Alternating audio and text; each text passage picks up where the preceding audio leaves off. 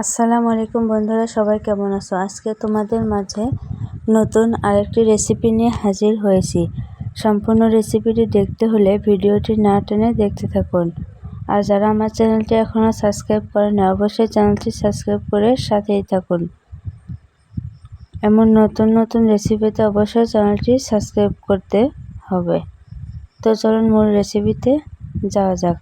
আমি এখানে কচুর লতি টুকরা করে কেটে নিয়েছি, সাথে আলুও ছোট ছোট টুকরা করে কেটে নিয়েছি। তারপর প্যানে পরিমাণ মতো শুটকি মাছ দিয়ে তেল ছাড়া শুটকি মাছটাকে ভালো করে ভেজে নেব।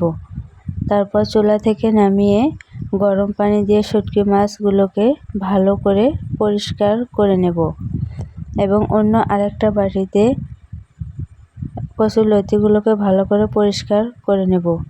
তারপর চুলায় একটা কড়াই বসিয়ে দিয়ে তাতে পরিমাণ মতো তেল দিয়ে দেব। তারপর তেলে একটা পেঁয়াজ কুচি দিয়ে দেব। পেঁয়াজ কুচিটাকে নেড়ে চেড়ে কিছুক্ষণ ভালো করে ভেজে নেব। পেঁয়াজটাকে ভালো করে ভেজে নেওয়ার পর তাতে পরিমাণ মতো আদা রসুন বাটা দিয়ে দেব, সাথে সামান্য পেঁয়াজ বাটাও দিয়ে দেব। আপনারা চাইলে পেঁয়াজ বাটাটা স্কিপ করতে পারেন। তারপর নেড়ে চেড়ে একটু ভেজে নেব।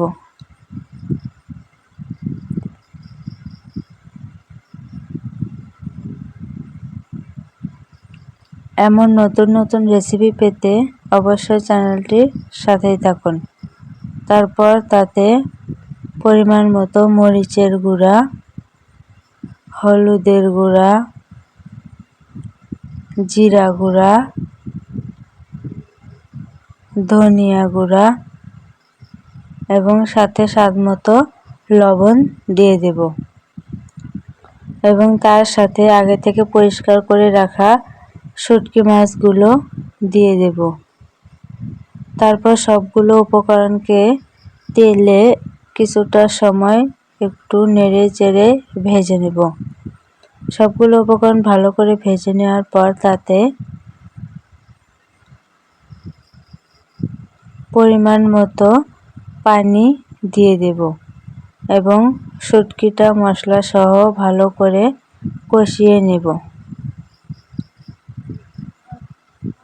যেহেতু আলু সেদ্ধ হতে দেরি হবে, তাই আলু শুটকি মাছের সাথে দিয়ে কিছুক্ষণ রান্না করে নেব।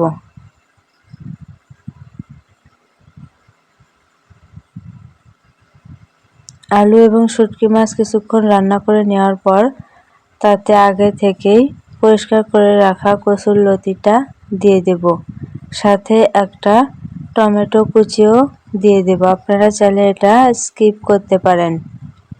তারপর ভালো করে নেড়ে চেড়ে সবগুলো উপকরণকে ভালো করে মিশিয়ে নেব। সবগুলো উপকরণকে ভালো করে মিশিয়ে নেওয়ার পর একটা ঢাকনা দিয়ে ঢেকে কিছুক্ষণ রান্না করে নেব। ঢাকনা দিয়ে কিছুক্ষণ রান্না করে নেওয়ার পর ঝোলটা অনেকটা শুকিয়ে আসলে কচুর লতিটা ভালো করে সিদ্ধ হয়ে যাওয়ার পর তাতে কয়েকটা কাঁচামরিচ কুচি এবং সাথে ধনেপাতা কুচি দিয়ে দেব। তারপর নেড়ে চেড়ে আরও কিছুক্ষণ রান্না করে চুলা থেকে নামিয়ে নেব। আজকে এ পর্যন্তই। আগামীকাল নতুন আরেকটি রেসিপি দেখার আমন্ত্রণ রইল।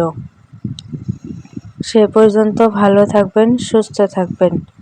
আর এমন নতুন নতুন রেসিপি পেতে অবশ্যই চ্যানেলটি সাবস্ক্রাইব করে সাথেই থাকবেন। আমার এই রেসিপিটি যদি ভালো লেগে থাকে তাহলে অবশ্যই একটা লাইক দিয়ে চ্যানেলটি সাবস্ক্রাইব করে দিবেন। ভিডিওটি দেখার জন্য ধন্যবাদ।